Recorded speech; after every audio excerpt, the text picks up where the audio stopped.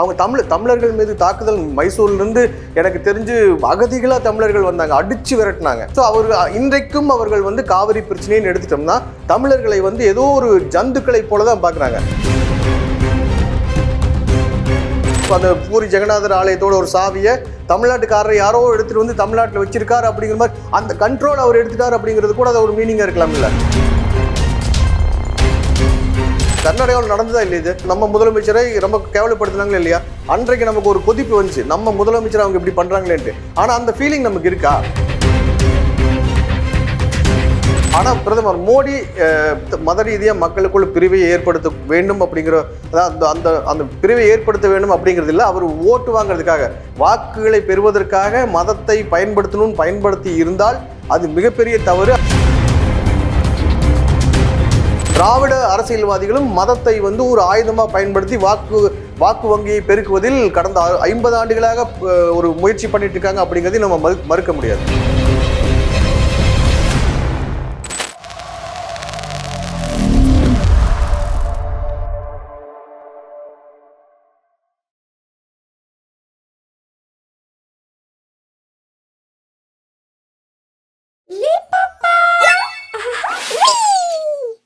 ஐதமிழ் நேயர்கள் அனைவருக்கும் அன்பு வணக்கம்.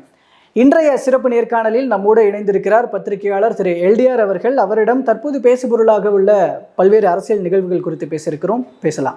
வணக்கம் சார். வணக்கம் கோபி. நல்லா இருக்கீங்களா? நல்லா இருக்கேன் சார். இப்போ முதலாவது நான் கேட்கணும்னு நினைக்கிறது, பிரதமர் மோடி அவர்களுடைய பேச்சு தமிழ்நாடு தமிழர்கள் பற்றி, குறிப்பாக தமிழ்நாடு பற்றி இருக்கிறது. அங்கே ஒடிசாவில் அங்கே பிஜு ஜனதாதளம் கட்சியில் முக்கிய பொறுப்பில் முக்கியமான ஒரு பர்சனாக இருக்கிற நம்மளுடைய ஒரு தமிழகத்தைச் சேர்ந்த பாண்டியன், அவரை விமர்சிக்கிறதுக்காக, மறைமுகமாக விமர்சிக்கிறதுக்காக பேசினவர், அங்கே இருக்கிற ஜெகநாதர் கோயிலினுடைய கருவூல சாவி, தொலைஞ்சு போன சாவி தமிழ்நாட்டுக்கு அனுப்பி வைக்கப்பட்டிருக்கிறது அப்படின்னு சொல்லியிருக்காரு. இதுக்கு இங்கிருந்து முதல்வர் மு க ஸ்டாலினும் கண்டனம் தெரிவிச்சிருக்கிறார், தமிழர்களை திருடர்கள்னு சொல்கிறதான்.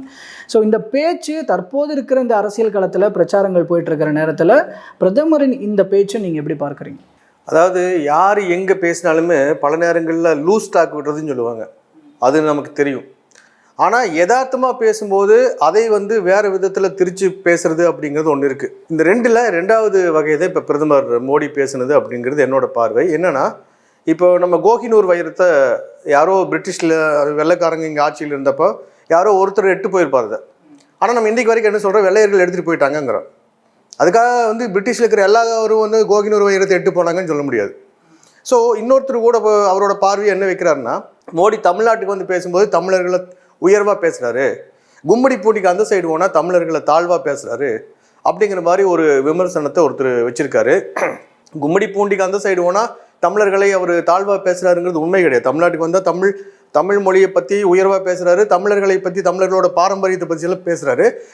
நார்த் இந்தியாவிலையும் பல மாநிலங்களில் தமிழ் மொழியை பற்றி, தமிழ் மொழியோட இன்றியமையா தன்மையை பற்றியெல்லாம் பல இடங்களில் அவர் பேசியிருக்காரு. இந்தியாவுக்கு வெளியில் போயிட்டு ஐநா அமைப்பில் போய் பேசும்போது கூட தமிழ் மொழிக்கு முக்கியத்துவம் கொடுத்து தமிழர்களை நான் தமிழனா பிறக்கலையே அப்படின்னு சொல்லி தான் பேசியிருக்காரு. ஸோ அவர் தமிழர்கள் மேலே உயர்வான ஒரு மதிப்பு வச்சிருக்காரு அப்படிங்கிறது யாரும் மறுக்க முடியாது. ஆனால் நான் முதலே சொன்ன மாதிரி கோஹினூர் வைரத்தை வெள்ளைக்காரன் எடுத்துகிட்டு போயிட்டான்னு பொதுவாக சொல்கிற மாதிரி அவர் யதார்த்தமாக சொல்லியிருக்கலாம். அவர் பேசுறதுல தமிழர்களுக்கு விரோதமா ஏதாவது பேசுவாரா? அந்த சாவி தொலைஞ்சு போச்சு அப்படிங்கறது இருக்கலாம். அது ஏன் தமிழர்களை குறிப்பிட்டு பேசணும்? அதுதான் நீங்களே சொல்லிட்டீங்க. அங்க இருக்கிற ஒரு IAS ஆபீசர் அந்த முதலமைச்சருக்கு ரொம்ப நெருக்கமா இருந்து இப்ப அவர்கிட்ட எல்லா கண்ட்ரோலும் கொடுத்துட்டு இருக்காரு அப்படிங்கும்போது அவர் தமிழ்நாட்டை சேர்ந்தவர். அந்த அடிப்படையில தமிழ்நாட்டுக்கு எடுத்துட்டு போயிட்டாங்கன்னு அவர் சொல்லியிருக்கலாம். இது யதார்த்தமா பேசின ஒரு விஷயம் தான். இட்டுக்கட்டி தமிழர்களை குறைவாக பேசணும், ஒடிசாவில் இருக்கிறவங்களை அவங்ககிட்ட தமிழர்களோட பேரை கெடுக்கணும் அப்படிங்கிற நோக்கத்தில் அவர் பேசுன மாதிரி எனக்கு தெரியல. யதார்த்தமாக பேசுனதா நம்ம எல்லாருமே சொல்கிற மாதிரி அவர் சொல்லிட்டார், அவ்வளோதான்.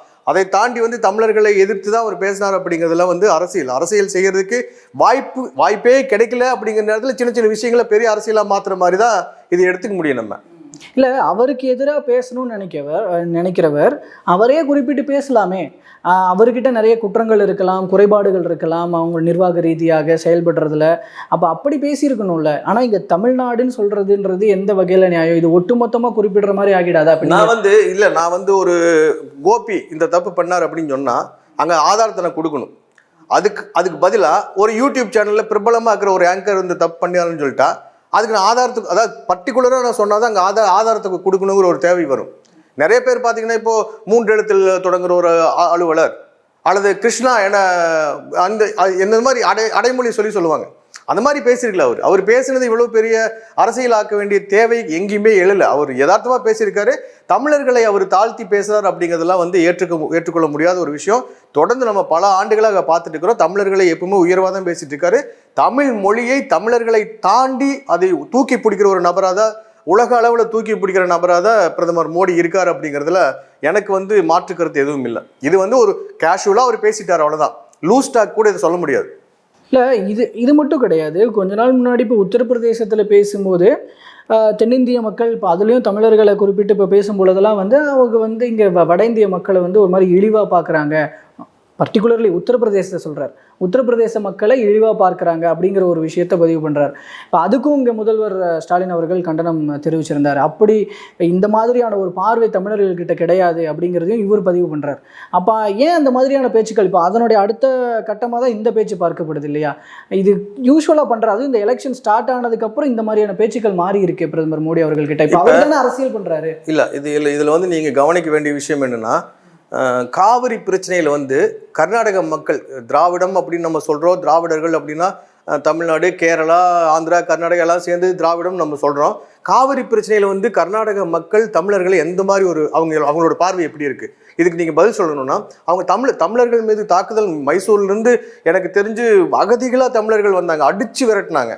ஸோ இன்றைக்கும் அவர்கள் வந்து காவிரி பிரச்சனைன்னு எடுத்துட்டோம்னா தமிழர்களை வந்து ஏதோ ஒரு ஜந்துக்களை போல தான் பார்க்குறாங்க.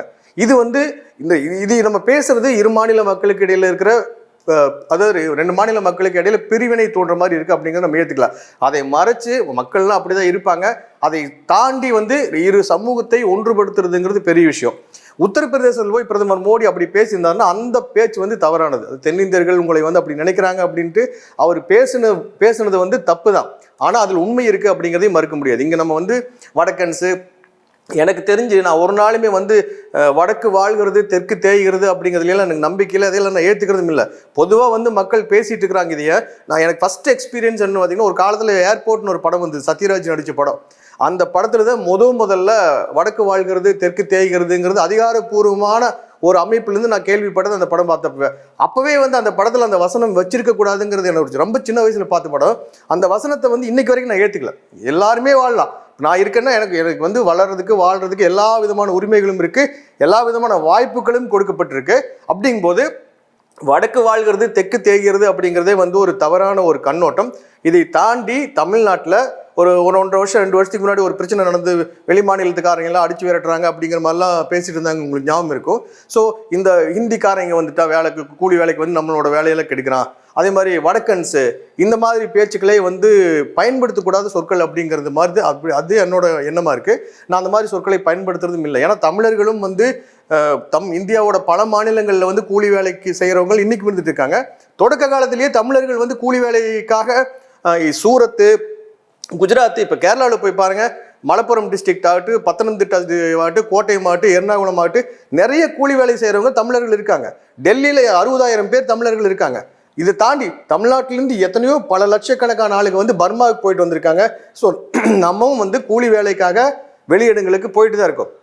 அப்படி இருக்கும்போது இன்றைக்கு வந்து வட மாநிலங்கள்லேருந்து நம்ம ஊருக்கு கூலி வேலைக்கு வர்றாங்க அப்படிங்கிறது உண்மையாக இருந்தாலும் அதுக்காக அவங்கள வந்து இகழ்ந்து பேசுறது, பானிபூரி வைக்கிறான், பான் பராக் போடுறான், இந்த மாதிரி எல்லாம் வந்து ஒரு வடக்கன் அப்படி அந்த மாதிரி ஒரு பார்வையே தவறானது அப்படிங்கிறது என்னோட பார்வையாக இருக்குது. அப்படி அந்த ரீதியில் வந்து பிரதமர், நாம இப்போ இங்கே இருக்கிறவங்க வந்து இந்திக்காரன் வடக்கன் அப்படியெல்லாம் திட்டினால் கூட இதை மறைச்சு கொண்டு போகணும். பிரதமர் அங்கே போயிட்டு தென்னிந்தியாவில் உங்களை வந்து திட்டுறாங்க அப்படிங்கிற மாதிரிலாம் சொல்லக்கூடாது, உங்களை மோசமாக தாழ்வாக பார்க்குறாங்க அப்படிங்கிற மாதிரி பேசிடக்கூடாது. அது வந்து தவறு, பிரதமர் பேசுனது தவறு.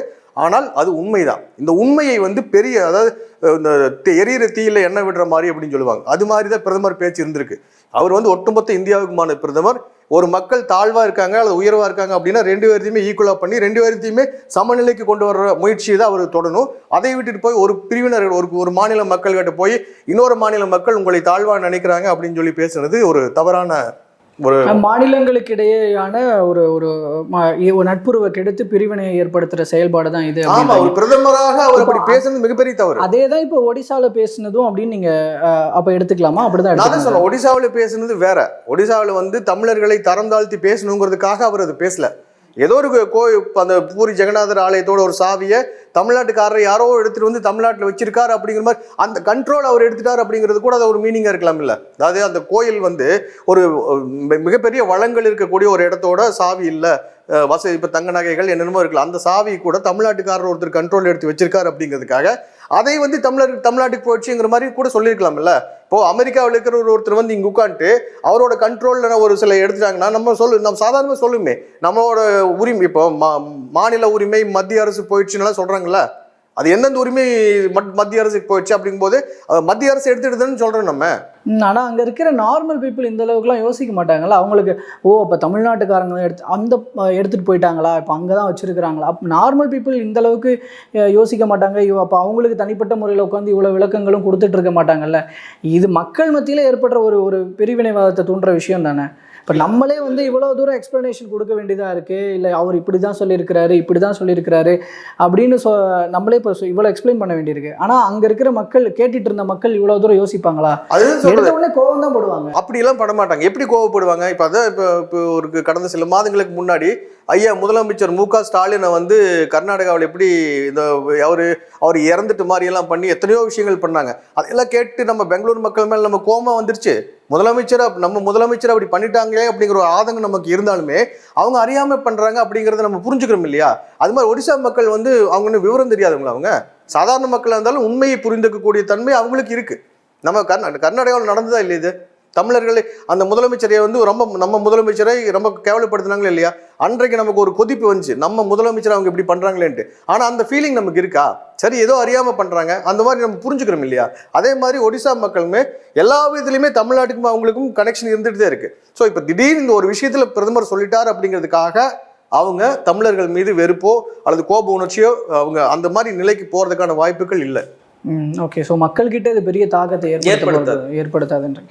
ஆனால் இந்த மாதிரியான பேச்சுக்கள் முதல் கட்டம் இரண்டாம் கட்டம் கிட்டத்தட்ட தாண்டினதுக்கு அப்புறம் இஸ்லாமியர்கள் மீதான வெறுப்பு பேச்சு அப்படிங்கிறதுலேருந்து ஆரம்பித்து சாதி ரீதியாக இடஒதுக்கீடு குறித்து பேசினது, அடுத்து அப்படியே வந்து இப்போ இந்த இடத்துக்கு வந்திருக்கு பிரதமர் மோடி அவர்களுடைய பேச்சு.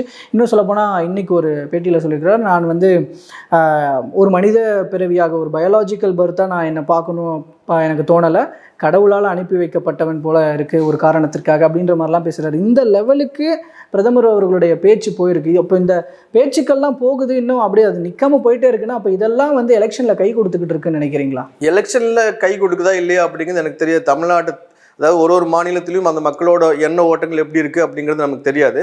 இதை தாண்டி வந்து நம்ம வந்து சயின்ஸோட ரூலில் தான் நம்ம இருக்கோம். ஸோ நான் வந்து பயாலாஜிக்கலாக பிறந்தவில்லை அப்படின்னு சொல்கிறதெல்லாம் வந்து தப்பு. அதாவது அறிவியல் பூர்வமாக பார்த்தா அது மிகப்பெரிய தப்பு. ஆனால் நம்பிக்கையின் அடிப்படையில் பார்த்தா நம்ம என்ன சொல்கிறோம்னா ஒரு மனிதனோட பிறப்பின் பின்னாடியும் ஒரு நோக்கம் இருக்குது அப்படிங்கிறத ஜென்ரலாக எல்லாருமே ஏற்றுக்கிட்ட ஒரு கான்செப்ட். அதை தான் அவர் சொல்கிறார். அவர் என்ன சொல்கிறார், அவரோட பிறப்பில் ஒரு நோக்கம் இருக்குது, அது வந்து உண்மைதான். அது அவர் எல்லாருமே சொல்கிறது. இப்போ நான் இருக்கேன்னா என்னோட படைப்புக்கு பின்னாடி, நான் பிறந்ததுக்கு பின்னாடி, நான் வாழ்ந்துட்டு இருக்கிறதுக்கு பின்னாடி ஏதோ ஒரு நோக்கம் இருக்குது அப்படிங்கிறது ஜென்ரலாக எல்லாருமே ஏற்றுக்கிட்ட ஒரு உண்மை தான். அந்த உண்மையை அவர் பொருத்தி பார்க்குறாரு. அதை விட்டால் வேறு எதுவுமே சொல்கிறதுக்கு இல்லையே இதில் நம்ம. இல்லை, அதுதான் அந்த கண்டினியூஸான பேச்சுக்கள் மத ரீதியில் இப்போ இந்துக்களினுடைய வாக்குகளை கன்சாலிடேட் பண்ணுதா, இது அதிகரித்து கொடுக்குதா அவருக்கு? இல்லை பாஜக கிட்ட இருந்து அந்த ஏதாவது பிரியணும்னு நினைக்கிற வாக்குகளை கூட வந்து சேர்க்காம பிரிஞ்சு போகாம வாக்குகளை இன்க்ரீஸ் பண்ணி கொடுக்குதா இந்த பேச்சுக்கள் எல்லாம் அப்படின்னு நான் கேட்கிறேன். வாக்குகள் அதாவது இஸ்லாமியர்கள் பத்தி நான் பயாலாஜிக்கலா பிறக்கல, கடவுள் என்னை அனுப்பிச்சிருக்காரு அப்படிங்கிறது வந்து மத ரீதியான ஒரு பேச்சு கிடையாது. ஃபர்ஸ்ட். ரெண்டாவது, அவர் மத ரீதியா மக்களை பிளவுபடுத்தும் விதத்துல பேசல அப்படிங்கிறது வந்து இந்த ரெண்டு வச்சு நம்ம சொல்ல முடியாது. ஆரம்பத்துல இருந்தே தான் கேட்கிறேன். ஆரம்பத்துல இருந்து அவர் அப்படி பேசிட்டு இருந்தாருன்னா மத ரீதியா நான் வந்து பொதுவா மத ரீதியா சாதி ரீதியா நான் வந்து ஒரு சாதி, என்னோட சாதி நான் ரொம்ப மதிக்கிறேன், அதே அளவுக்கு எல்லா சாதியும் நான் மதிக்கிறேன். சாதி அப்படிங்கிறது நான் எங்கே பேசும்போதுமே சாதி பற்றி மதத்தை பற்றி பேசுறதும் இல்லை. இந்த மதம் சார்ந்து சாதி ரீதியாக விவாதம் பண்ணுறவங்ககிட்டே நான் பேசுறது கிடையாது. ஆனால் பிரதமர் மோடி இது மாதிரி மத ரீதியாக மக்களுக்குள்ள பிரிவை ஏற்படுத்த வேண்டும் அப்படிங்கிற, அதாவது அந்த பிரிவை ஏற்படுத்த வேண்டும் அப்படிங்கிறது இல்லை. அவர் ஓட்டு வாங்குறதுக்காக, வாக்குகளை பெறுவதற்காக மதத்தை பயன்படுத்தி இருந்தால் அது மிகப்பெரிய தவறு. அதை நம்ம ஏற்றுக்கவே முடியாது. அதே நேரம் தமிழ்நாட்டில் இருக்கிற அரசியல்வாதிகளும் திராவிட அரசியல்வாதிகளும் மதத்தை வந்து ஒரு ஆயுதமாக பயன்படுத்தி வாக்கு வங்கியை பெருக்குவதில் கடந்த 50 ஆண்டுகளாக ஒரு முயற்சி பண்ணிட்டு இருக்காங்க அப்படிங்கிறதையும் நம்ம மறுக்க முடியாது. இதுக்கு பல காரணங்கள் சொல்லலாம். இல்லை, இது வேண்டியதில்லை. ஸோ இப்போ இங்கே வந்து நான் சொல்கிறேன், நான் இங்கே இப்போ இந்துக்களை திருடுன்னு கருணாநிதி சொன்னார். அப்போ அது மதத்தை பயன்படுத்தாம எதை பயன்படுத்தினாரு? ஸோ மதத்தை அவர் பயன்படுத்தினார் என்ன, அதெல்லாம் நம்ம பேசணும்னா நம்ம போயிடும். ஓகேங்க சார். நம்ம பிரதமர் மோடி அவர்களுடைய பேச்சிலேயே கண்டினியூ பண்ணுவோம். ஸோ ஆனால் இந்த பேச்சுக்கள் எல்லாம் நான் கேட்குறது எல்லாமே எலெக்ஷனில் வாக்கு வங்கிகளாக கன்வெர்ட் ஆகிட்டு இருக்கா அப்படிங்கிறது தான். அப்படி ஆகும் அப்படின்னு நீங்கள் நம்புறீங்களா? இல்லை அப்படி அந்த கோணத்தில் ஏதோ பார்க்குறீங்களா? நான் நம்பல அப்படிங்கிறத விட தமிழ்நாட்டில் இருக்கிற தொலைக்காட்சிகள், யூடியூப் சேனல் எல்லாம் பேசுகிற பத்திரிகையாளர்கள்னு சொல்லிட்டு பேசுகிற எல்லாருமே என்ன சொல்கிறாங்கன்னா, என்ன பண்ணினாலும் இந்த டைம் சென்ட்ரல் கவர்மெண்ட் ஃபார்ம் பண்ணுறது பிஜேபி தான் கவர்மெண்ட் ஃபார்ம் பண்ணும் அப்படிங்கிறது அவங்களே உறுதியாக சொல்லிட்டு இருக்காங்க. நான் பிஜேபி வர்றது எனக்கு பிடிக்கல, பட் பிஜேபி தான் கவர்மெண்ட் ஃபார்ம் பண்ணுவாங்க அப்படிங்கிறத கடந்த ஒரு வருஷமாகவே எல்லா ஊடகவியலாளர்களும் பேசிகிட்டு இருக்காங்க. அந்த அடிப்படையில் பார்த்தா இந்த டைமும் பிஜேபி தான் ஆட்சி அமைக்கும் அப்படிங்கிறதுல மாற்று கருத்து இல்லை. ஆனால் எவ்வளோ சீட்டு வாங்குவாங்க அப்படிங்கிறத இப்போ ஒரு பெரிய கேள்வியாக இருக்குது. இந்த கேள்விக்கு காரணம் என்னென்னா, ஐஎன்டி அந்த கூட்டணி வந்து எவ்வளோ தூரம் ஸ்ட்ராங்காக இருந்தாங்க அல்லது எவ்வளோ தூரம் ஸ்ட்ராங்காக இல்லை, இது எல்லாம் பொறுத்து தான் வந்து வட மாநிலங்களில் அவங்களுக்கு தமிழ்நாட்டில் பிஜேபிக்கு வாக்கு வங்கி இல்லைங்கிறது நல்லா தெரியும். ஆனால் இப்போ கொஞ்சம் அதிகமாக இருக்குது அப்படின்னு சொல்கிறாங்க. இது எல்லாமே வந்து என்னோட எக்ஸ்பீரியன்ஸில் தமிழ்நாட்டில் இந்த முறை நடந்த தேர்தலை போல ஒரு குழப்பமான, அதாவது வாக்காளர்கள் யாருக்கு வாக்களித்திருப்பார்கள், யார் வெற்றி பெறுவார்கள், யாருக்கு அதிகமாக வாக்கு கிடைக்கும் அப்படிங்கிறதுல எல்லாம் வந்து எந்த விதமான கணக்குமே போட முடியாத அளவுக்கு ஒரு எலெக்ஷன் அப்படின்னா இதை தான் எடுத்துக்க முடியும். ஆனால் ஜென்ரலாக எனக்கு தெரிஞ்சு எப்போ எம்ஜிஆர் ஒரு தனி கட்சி ஆரம்பித்தாரோ அப்போ இருந்தே திமுகவை விட அதிமுகவோட வாக்கு வங்கி பலமானதாக தான் இருந்துட்டு இருக்கு இன்னைக்கு வரைக்கும். அதை வந்து இது நான் சொல்கிறது இல்லை, உண்மையாக நடைமுறையில் அதுதான் உண்மையாக இருக்குது. இதை யாரும் மறுக்கவும் முடியாது. ஓகே. ஸோ இப்போ இந்த விஷயங்களை பொறுத்திருந்து பார்க்கலாம் சார். நான் பல்வேறு அரசியல் நிகழ்வுகள் சார்ந்த உங்களோட பார்வைகளையும் கருத்துக்களையும் இவ்வளோ நேரமாக எங்களோடும் எங்கள் மூலமாக மக்களோடும் பகிர்ந்துகிட்டதுக்கு ரொம்ப நன்றி. நன்றி கோபி.